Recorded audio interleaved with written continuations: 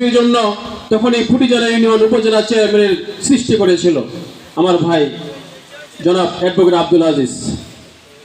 মরহুম বীর মুক্তিযোদ্ধা খন্দকার আমিনুল ইসলাম হীরা, যাকে আমি কাকা বলে ডাকতাম, অর্থাৎ আমার বাবা যখন ক্লাস 10-এর ছাত্র পলাশিয়া স্কুলের, খন্দকার আমিনুল ইসলাম হীরা তখন 6-এ পড়তেন। উনি 6-7 পড়ে তারপরে সম্ভবত শিবগঞ্জ স্কুলে এসেছিলেন, 9-10 পড়েছিলেন।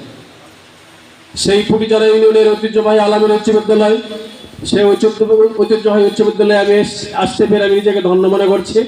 যদিও আজকে আমার একটা মিটিং ছিল কেশরগঞ্জ ডিগ্রি কলেজে, অলরেডি মিটিং চলছে। বিশেষ করে সকাল 9:30টায় আমার ছোট ভাই একটা সুন্দর মেসেজ দিয়েছে যে জাকির স্যার আপনি না আসলে নাকি প্রোগ্রাম সুন্দর হবে না। তো এই জন্যই আমি এসেছি, ভালোবাসাটা নিয়ে এসেছি। সুমন্ত বারবার বলেছে, তো আমাদের একজন স্যার বললেন যেহেতু কারিগরি শিক্ষক ফেডারেশনের কেন্দ্রীয় কমিটির চেয়ারম্যান আমি বললে না বললে আর আমি আর জাহাঙ্গীর গেলে কারিগরি শিক্ষা বোর্ডের চেয়ারম্যান বলবো যে আরেকজন চেয়ারম্যান আসছেন, কি দিতে হয়? আমি বললাম কিছু দিতে হবে না, একটু প্লিজ কেন্দ্র থেকে ফোন।